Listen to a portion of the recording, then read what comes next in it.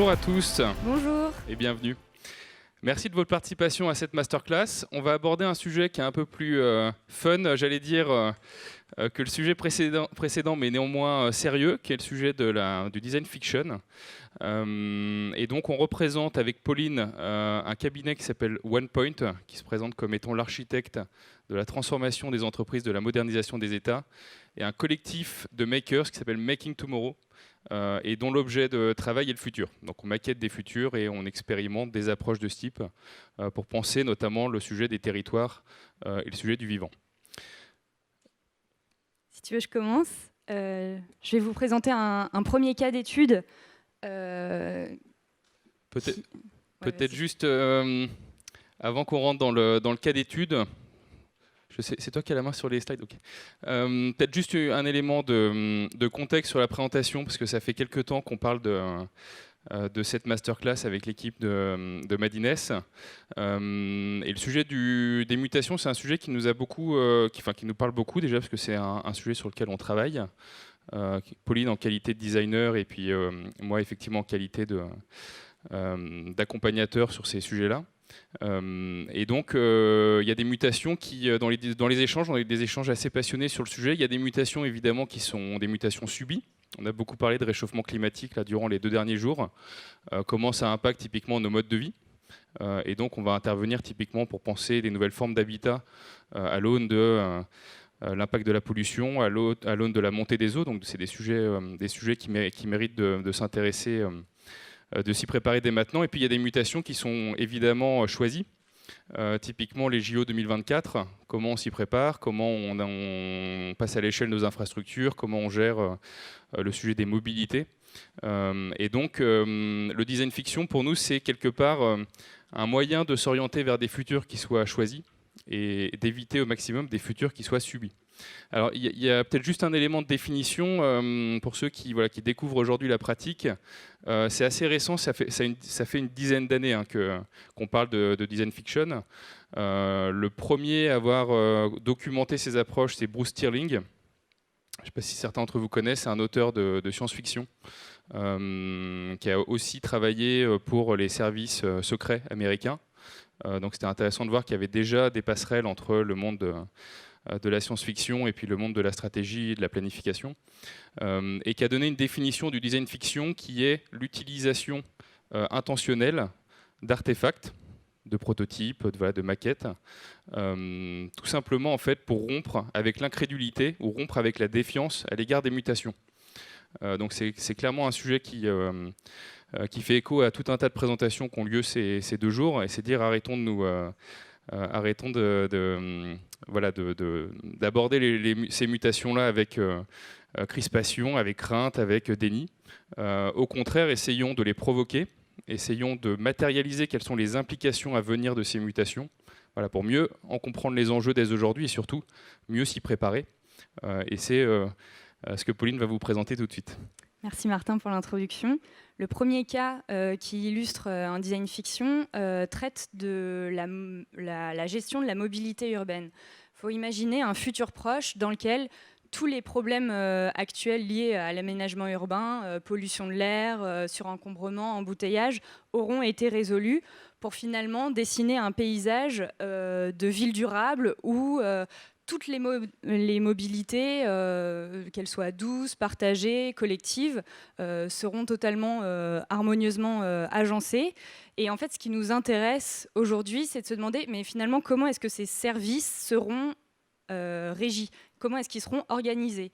Il y a une hypothèse forte qui revient dans différents scénarios de prospective, qui est que peut-être un acteur se placera comme l'agrégateur de différents services pour offrir une expérience intermodale totalement fluide et confortable pour l'utilisateur. Et c'est dans ce monde imaginaire-là que se place GhostMe, qui est un service donc agrégateur de différentes mobilités, mais qui a une proposition de valeur un tout petit peu différente parce qu'il propose de ne pas tracer nos données personnelles de mobilité qui sont liées à cette interface unique de connexion.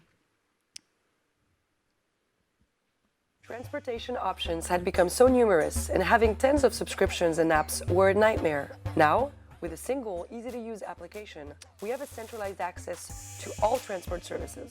With our unique ID, we can take the metro with a simple wave of hand, find the nearest car rides in seconds, hop on an electric scooter for a short distance. Our habits are known, our journeys are improved, an ease of use that brings real progress to our mobility. Because on the other hand, our location history is recorded, our personal data is analyzed and used to always push us more targeted ads and content. At GhostMe, we know you have a right to anonymity. Our solution allows you to deal with all of your transportation needs, with the guarantee you will remain invisible. Thanks to our Ghost Pass, you only have to get connected to your transport solutions while we take care of everything else. GhostMe offers you a transparent use and will not keep any of your personal data. You can order a Ghost Pass online and reload it at any time. GhostMe delivers you one encrypted single ID for each of your journeys. You cannot be identified by any transport services that you're using. We only know you through this ID. Your journeys and preferences are completely anonymous. From now on, you can go around with a complete peace of mind because you know your personal data is safe. Let's disappear from the capitalist radars. Enjoy GhostMe. Et alors, est-ce que vous vous prêteriez au jeu et souscririez à ce service? Est-ce que vous êtes pour? Est-ce que vous êtes contre? C'est le genre de questions qu'on commence à poser quand on anime un débat public, que ce soit auprès de citoyens ou de collectivités qui se posent des questions sur leurs projections à long terme, ou encore d'entreprises, qu'elles soient privées ou à mission de service public, qui voudraient se lancer dans le genre d'exercice avec des scénarios sur l'intermobilité. Cet objet, il est fait pour interpeller et pour développer l'esprit critique. Durant les différents débats un peu tests qu'on a commencé à animer sur le sujet, il y a 4 grands défis sous-jacents qui reviennent de manière assez récurrente. Le premier, qui est le plus évident, c'est que, en fait, quelle expérience multimodale très fluide on va être capable de proposer aux citoyens. On voit bien que la multiplication des différentes mobilités, qui a l'air quand même d'être viable pour un mix énergétique, va poser des problèmes d'usage. Est-ce qu'on va accepter d'avoir 50 apps dans son téléphone portable pour 50 services différents? Mais du coup, ça pose bien sûr la question de quel acteur ou quels acteurs vont pouvoir rentrer en jeu dans cette agrégation de services. C'est pas évident aujourd'hui, il y a différentes manières d'envisager les choses. Citymapper lance déjà un pass multiple à Londres qui agrège métro et autres transports, mais ça pose la question de se dire, est-ce qu'un acteur privé va pouvoir peut-être avoir une commission sur des services publics? Dans un autre cas, si c'est par exemple Google Maps qui aujourd'hui développe une expérience de recommandation d'itinéraires hyper performante qui agrège énormément de services, dans ces cas-là, il leur manque plus qu'une brique de paiement pour être capable d'être cet acteur hégémonique. Ou à l'inverse, peut-être qu'ils proposeront des transports gratuits grâce à de la publicité qui serait poussée tout au long du parcours. On imagine tous les biais que ça peut représenter. Ou encore, si c'est un acteur public qui se pose, en Ile-de-France, le Pass Navigo fait déjà un pas quand il connecte différents transports publics et aussi les Vélib ou autres, mais est-ce que c'est son rôle d'agréger des services privés, ou est-ce que finalement on réussira à ce que ces services publics, avec toutes les contraintes techniques que ça a aujourd'hui, est-ce qu'ils iront assez vite dans leur transformation pour intégrer les autres? Ça pose bien sûr au-delà la question de l'exploitation des données. Si c'est un acteur privé qui rentre en jeu, dans ces cas-là, est-ce qu'ils vont peut-être ouvrir en open data leurs données, comme le font déjà les services publics aujourd'hui, pour pouvoir créer d'autres services à valeur ajoutée d'intérêt général? Mais quand on voit que Uber propose de manière payante du consulting pour les départements d'urbanisme des villes, c'est pas gagné encore. Ça pose des problèmes de souveraineté nationale, européenne. C'est ce qu'on a aussi déjà dans d'autres secteurs. Et puis, encore un cran au-delà, est-ce que la sécurité nationale, finalement, n'est pas en jeu quand on pense au fait que Apple, aujourd'hui, refuse de déverrouiller les iPhones des terroristes au FBI? Voilà, est-ce que quel acteur doit être en jeu pour ça? Et comment on fait évoluer RGPD, ce genre de choses. Si on prend d'un autre point de vue pour approfondir encore d'une manière différente cet objet fictionnel sur lequel on spécule, finalement, si c'est un acteur public qui rentre en jeu, là, différents scénarios, un scénario qui ressort souvent, c'est le fait d'avoir un compte de mobilité personnelle qui, d'une manière merveilleusement vertueuse, viendrait encourager l'utilisation la transition écologique en permettant, par exemple, d'avoir une taxe carbone différenciée selon les modes de mobilité qu'on utilise, et où là, Gosme deviendrait le hacker de ce système, mais ça pose bien sûr des problèmes de surveillance massive des populations qui pourraient dériver vers des choses autoritaires. Donc voilà, tout n'est pas évident et trivial, il n'y a pas une seule solution, mais ce genre d'objet propose d'ouvrir le débat et de développer l'esprit critique. Je laisse Martin peut-être développer le reste, l'envers du décor et la démarche derrière ce genre d'objet. Voilà, donc un artefact, une simple carte qu'on va maqueter, qu'on va tester et qui va donc matérialiser des défis à venir, que ce soit des mutations choisies, des mutations qu'on veut accélérer ou des mutations qui sont subies et qu'on veut absolument éviter. Donc c'est bien ça dont il est question. Ça, c'est un outil, c'est deux Britanniques qui l'ont formalisé, qui s'appelle le cône des futurs, qui est un peu le SWOT utilisé par les praticiens du design fiction, et qui permet en fait tout simplement d'éclairer d'autres qualités de futur, de se dire attention, quand on est un prospectiviste, quand on est un stratège en entreprise, quand on est un risk manager en entreprise, on a tendance à éclairer des signaux probables. Et la nature humaine est ainsi faite. Voilà, il y a tout un tas de biais cognitifs qui fait qu'on a une plus forte incitation à zoomer sur des probables et on s'intéresse plus rarement à des événements de très faible probabilité d'occurrence qui pourraient avoir des effets très importants, très impactants sur notre activité ou sur un territoire en l'occurrence. Et donc tout l'enjeu de cet outil, ça va être d'utiliser des artefacts tels qu'on l'a présenté, de les positionner sur ce type de cône et évidemment d'ouvrir le spectre et de se dire qu'est-ce qui serait possible, qu'est-ce qui serait plausible. La notion de plausibilité, elle intègre la notion de c'est réaliste, on conçoit que ça puisse arriver, et la maquette et le démonstrateur permet justement de rendre ça crédible et de générer de la conviction sur le fait qu'il faut absolument s'y intéresser. Il y a un petit élément que vous voyez en blanc, en surbrillant, c'est la notion de préférable, et donc là-dessus on est assez, on a à cœur de mettre ça aussi dans la discussion aujourd'hui. C'est là-dedans, voilà, voyons aussi les mutations comme des opportunités de changement, comme des opportunités de transformation qui peuvent être positives. Et posons-nous la question des alternatives préférables. Et une bonne fiction, finalement, voilà, à un moment donné, elle donne un peu la chair de poule parce qu'elle fait prendre conscience que certaines de nos actions peuvent nous amener vers des futurs indésirables et donc de se positionner plus fortement en faveur d'une alternative. Et dans ce type de démarche, voilà, plus il y a une diversité de futurs, différentes qualités de futurs qui vont être manipulées dans des ateliers, dans des débats, etc., plus ce sera utile à l'action parce que ça permettra de se positionner et de décider des orientations vers lesquelles on a envie de s'engager. Alors quelques exemples complémentaires et puis quelques ingrédients ou conditions de réussite de ce type de démarche. C'est des choses qui sont en ligne, qui sont publiques, que vous pourrez retrouver très facilement.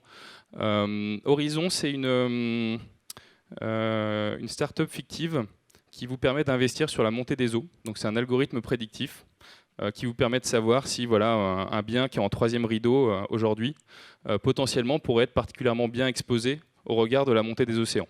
Ça, c'est des prédictions du GIEC, plus 1 mètre en termes de niveau de l'eau à horizon 2098. Comment ça se traduit en termes de paysage urbain, à quoi vont ressembler les stations balnéaires, et est-ce qu'on pourra réellement investir sur ce type de changement climatique?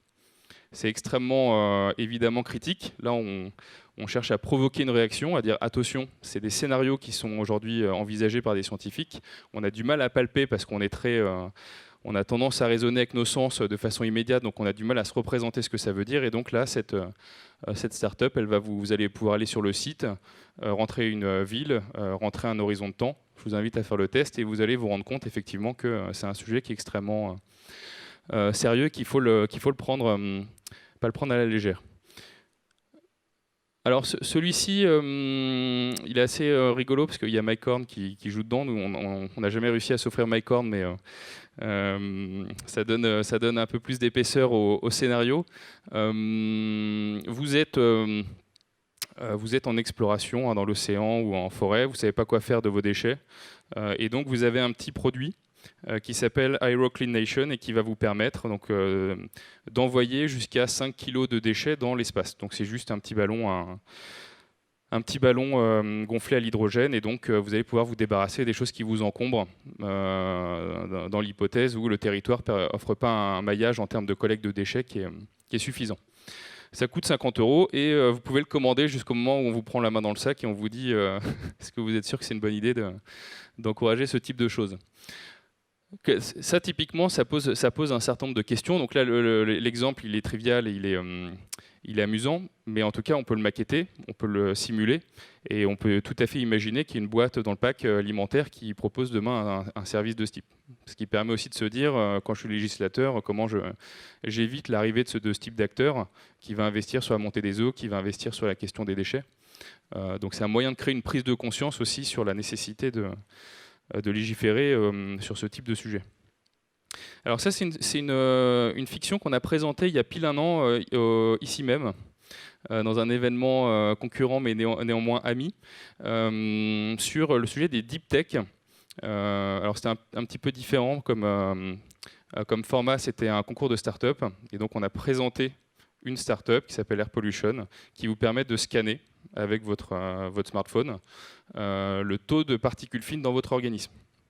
Et il y a des travaux de recherche, il y a vraiment des deep tech qui sont en train des projets qui sortent de laboratoire autour de ça, qui analysent vos urines, votre sang et qui vous disent si oui ou non, passer la journée au 104, ça va vous faire emmagasiner des particules fines ou pas. On a dévoilé un partenariat avec Samsung lors de cet événement. On a dévoilé du coup une grosse levée de fonds, et encore un an après, alors qu'on a évidemment dévoilé que c'était une mise en scène, on a des investisseurs qui nous contactent, on a des demandes de candidature pour des stages, on a des articles de presse, on a des patrons de l'innovation de grands groupes qui nous contactent, et donc là on a bien fait le job. On allait très loin dans la mise en scène, mais on ne sait plus effectivement dire si c'est une fiction ou si c'est de la réalité. Et évidemment, ça pose des questions.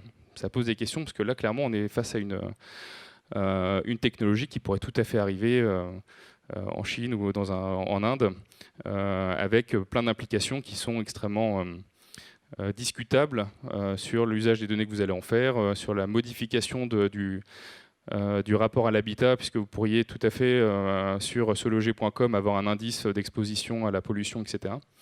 Et donc, quelque part, ça permet aussi de se poser des questions sur le bienfait de ces deep tech-là et de se dire comment, évidemment, on s'attaque au problème à la source, plutôt que de trouver des idées de ce type.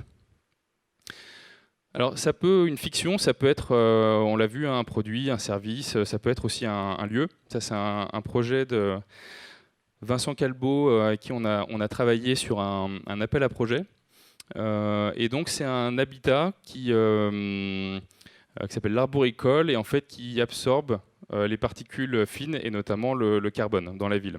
Donc c'est un projet qui est tout à fait réalisable en l'occurrence. Une fiction, c'est pas forcément quelque chose qui doit foutre la trouille, même si on voit que on a une plus forte propension à se mettre en mouvement quand on a un petit peu peur versus quand on montre quelque chose de très désirable. Là, c'est vraiment l'effet inverse, une mutation qui est choisie de dire demain, dans les villes, construisons des logements qui embarquent de la biodiversité, qui embarquent des technologies qui vont permettre de dépolluer la ville.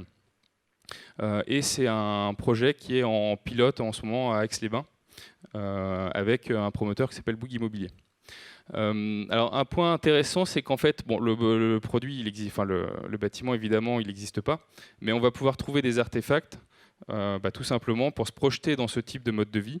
Et en l'occurrence, donc c'est un appel d'offres à Angers, le canard local c'est le Courrier de l'Ouest, et on a maquetté donc le faux canard local en expliquant que le jour de l'ouverture, ça avait un certain nombre d'effets auprès des citoyens, auprès des acteurs technologiques, etc.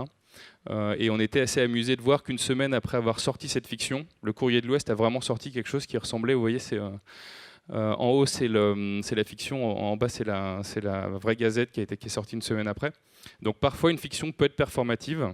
C'est un effet de bord, mais vous allez proposer une vision, et cette vision va se concrétiser. Ce n'est pas la visée première, mais en tout cas, parfois, ça peut aussi avoir pour effet de générer de la conviction sur des choses qui pourraient arriver, et donc d'accélérer la mise en œuvre de projets de ce type.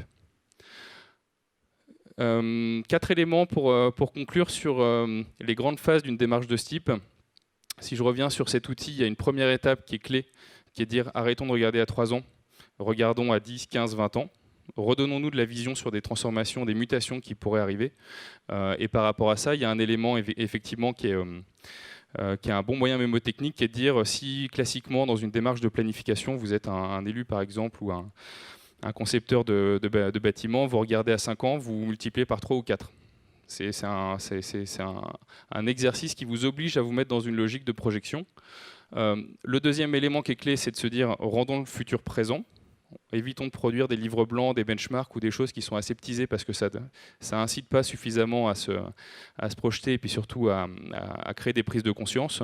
Donc matérialiser, utiliser des artefacts, utiliser des maquettes, travailler avec des designers, travailler avec des makers, aller dans des Fab Labs, aller vraiment dans des environnements qui vont vous aider à créer des démonstrateurs du futur.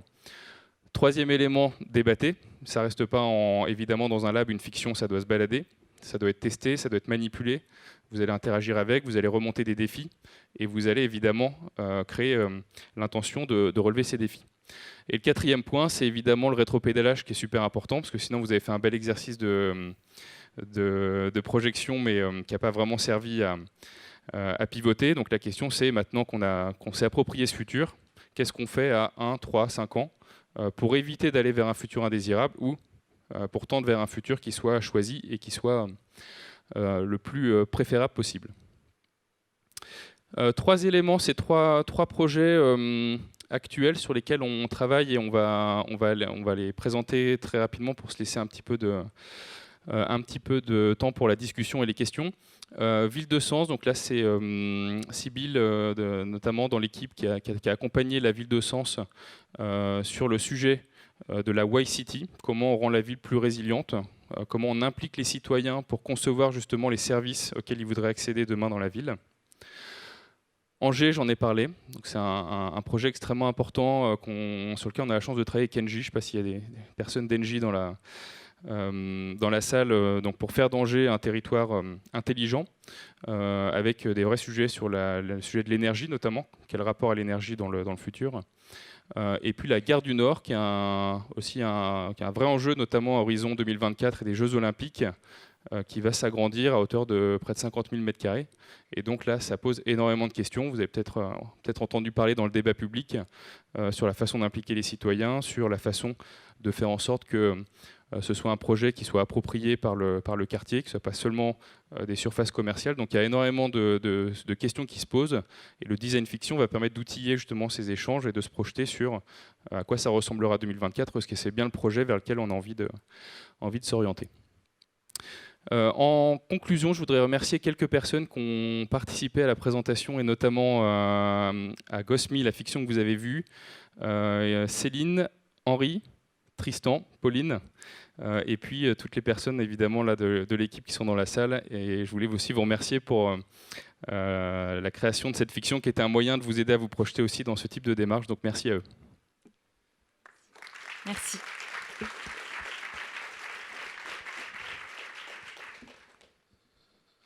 Alors s'il y a des questions, on peut en prendre 2 ou 3. Merci beaucoup. Merci, c'était passionnant. J'ai une question très rapide. Quand vous avez présenté Gosmi, effectivement, en tant que citoyen, en tant qu'usager, on est très intéressé. Comment réagissent les acteurs qui, eux, vivent sur la donnée, quoi ? Il y a même, je ne connais pas le business model de la RATP, mais c'est pas de ça dont ils vivent, mais ils en ont besoin. Et du coup, d'autres entreprises qui potentiellement vivent de ça, comment est-ce qu'ils acceptent qu'on puisse hacker leur système ? Alors, je pense que c'est un peu trivial de le rappeler, mais évidemment, c'est une fiction. On ne l'a pas présenté à la RATP, mais on pourrait tout à fait imaginer le faire. on pose la question effectivement du rapport à la donnée. Alors même si heureusement on a la chance d'avoir quand même pas mal de cadres réglementaires sur le sujet qui font qu'il y a un usage qui est quand même assez raisonné, que on est loin effectivement de la vision un petit peu extrême qu'on propose là dans la fiction. Néanmoins, effectivement, je pense qu'il n'y a pas une seule conférence là, dans le cadre de l'événement qui a abordé ce type de sujet, notamment sous l'angle éthique. À un moment donné, est-ce que je peux décider en tant que citoyen de plus être capté, mais de devenir pourquoi pas capteur et de décider des données que j'ai envie de partager, de l'usage que je veux faire de ces données. Peut-être qu'il y a des données que je suis prêt à confier à la ville dans la mesure où ça crée de la valeur. Et ça, c'est extrêmement difficile de se projeter parce que c'est des problématiques qui sont écosystémiques, qui mobilisent beaucoup d'acteurs, qui sont aussi ténues d'un point de vue réglementaire. Donc on a du mal à se positionner, à dire si c'est bien ou mal. Et donc tout l'enjeu dans ce type de démarche, ça va être justement de réunir ces parties prenantes, de les amener en fait à se positionner. Et pourquoi pas à développer aussi des modèles économiques ou des approches qui soient les plus multifaces possibles, les plus ouvertes possibles, et de ne pas raisonner à l'échelle de leur industrie, mais en se maillant à d'autres acteurs. Un autre exemple, qui est un projet sur lequel on a eu la chance de travailler, c'est le sujet des déchets plastiques, notamment en baie de Marseille. Et on voit bien que c'est un sujet qu'on ne peut pas traiter que sous l'angle de la collecte du déchet, et en impliquant typiquement des acteurs dont les déchets se retrouvent sur les plages, des citoyens, des élus, etc. On voit qu'on arrive à dessiner des solutions qui sont vraiment désirables. Et une démarche comme celle-ci, c'était 80 entreprises différentes qui ont participé pendant un an.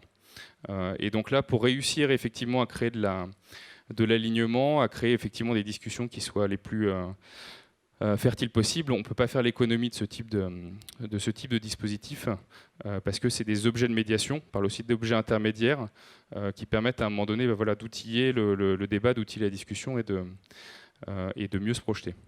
Je ne sais pas si ça répond précisément à la question, en tout cas nous ça nous donne une piste là, pour prolonger l'expérience d'aller voir la RATP et de les interpeller sur le sujet.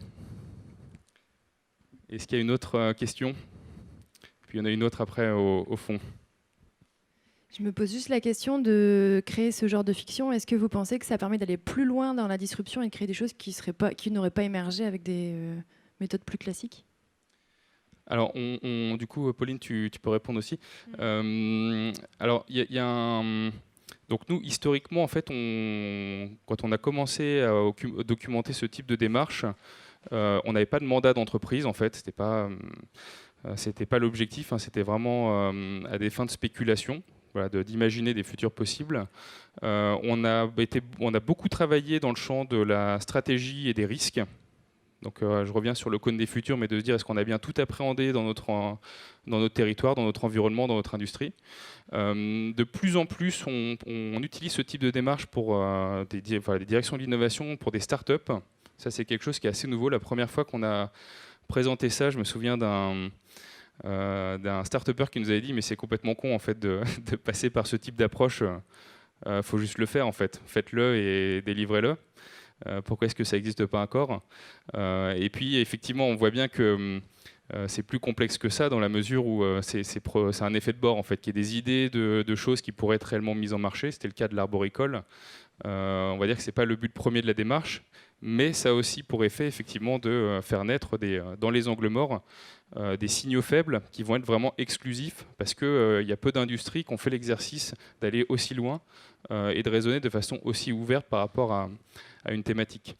Mais c'est pas l'enjeu premier, mais ça peut tout à fait venir effectivement en support ou en complément d'une approche d'innovation qui viserait à trouver des nouveaux concepts. Nous, c'est pas le cas d'usage qui nous paraît le plus pertinent, mais on voit que ça commence à émerger, au point que certains parlent d'une design thinkisation des imaginaires et de la fiction, au sens où ça commence à devenir un objet qu'on utilise en atelier, dans des sprints créatifs.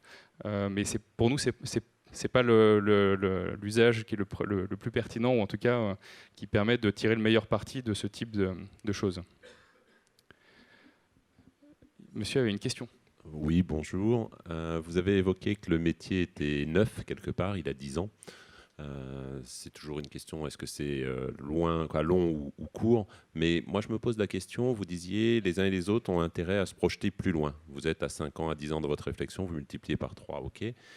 Est-ce qu'au final, ce que vous faites au vu de vos 10 ans est plus pertinent que ce qui existe par exemple en finance sur de la prédiction à court terme, à 1 an? On sait que les uns et les autres chaque année font des prédictions et globalement, bon an, mal an, on se rend compte que beaucoup sont fausses. Est-ce que finalement, en ayant un terme plus lointain, est-ce que vous êtes potentiellement plus juste dans une des hypothèses que vous émettez ou la plus probable ou autre? Je peux peut-être répondre si tu veux, Martin. En fait, l'enjeu ici, c'est pas la justesse de la prédiction, parce que ce qu'on veut, c'est pas, les prédictions court terme financières sont de fait relativement pertinentes sur ce qui va se passer.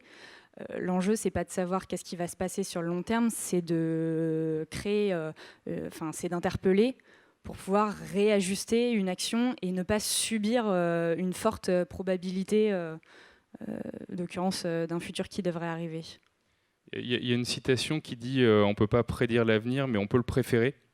Je trouve que c'est une jolie définition aussi de l'approche, qui est de dire, voilà, bien malin qui sait dire à 10-15 ans, peut-être qu'effectivement il y a des outils prédictifs ou des algorithmes qui seront beaucoup plus pertinents de ce type de démarche. Mais là, l'apport de la maquette, de la simulation, permet de façon plus fine en fait, de se positionner et de définir quel est son préférable. Donc, quelque part, on va dire que c'est... je reviens un peu sur le point précédent, mais c'est arrivé qu'on fasse des projections. D'ailleurs, Gosmi, on s'est dit il faut vite le présenter parce que ça va, ça va vite sortir en marché. Voilà, c'est pas du tout la façon dont on fonctionne. Il y a des approches qui sont beaucoup plus pertinentes que le design fiction pour travailler justement sur des futurs prédictifs. Je pense à la prospective notamment. Là, c'est une approche qui va vraiment venir en complément. Pour challenger, se dire est-ce qu'on a bien pensé à toutes les éventualités, est-ce qu'on a bien envisagé toutes les options, est-ce qu'on s'est posé la question aussi des événements et des éléments qui seraient les plus extrêmes, vraiment les scénarios du pire. Et donc, quelque part, c'est assez complémentaire d'une approche plus classique qui va permettre de définir à 3-5 ans des éléments qui seront effectivement plus réalistes par rapport à l'évolution naturelle d'un marché, d'une industrie, etc. Il y a un autre élément qui est de dire, il y a un écueil à éviter qui est de prolonger des tendances passées, d'avoir un regard rétrospectif. Et effectivement, quand on fait du data mining, on va avoir tendance à analyser des jeux de données passées, à les extrapoler. Là, c'est tout l'inverse, puisqu'on part du futur en fait, pour revenir au présent. Donc il y a aussi c'est un peu vertigineux, mais on essaye, dans la mesure du possible, de partir d'une page blanche et de se dire, oublions toutes les hypothèses qui prédominent aujourd'hui et essayons de prendre des positions qui soient un peu volontaristes, évidemment en utilisant aussi au maximum des regards d'experts, des regards de personnes qui ont cette capacité à se projeter dans le futur, mais aussi en laissant une grande part à l'imaginaire et à la créativité dans ce type de projection. Alors ça bip dans tous les sens, je sais pas. On va peut-être s'arrêter là pour aujourd'hui, parce qu'on va devoir laisser la scène. Merci infiniment pour la qualité des contributions. Merci de votre participation et puis au plaisir du coup de prolonger la discussion. Merci.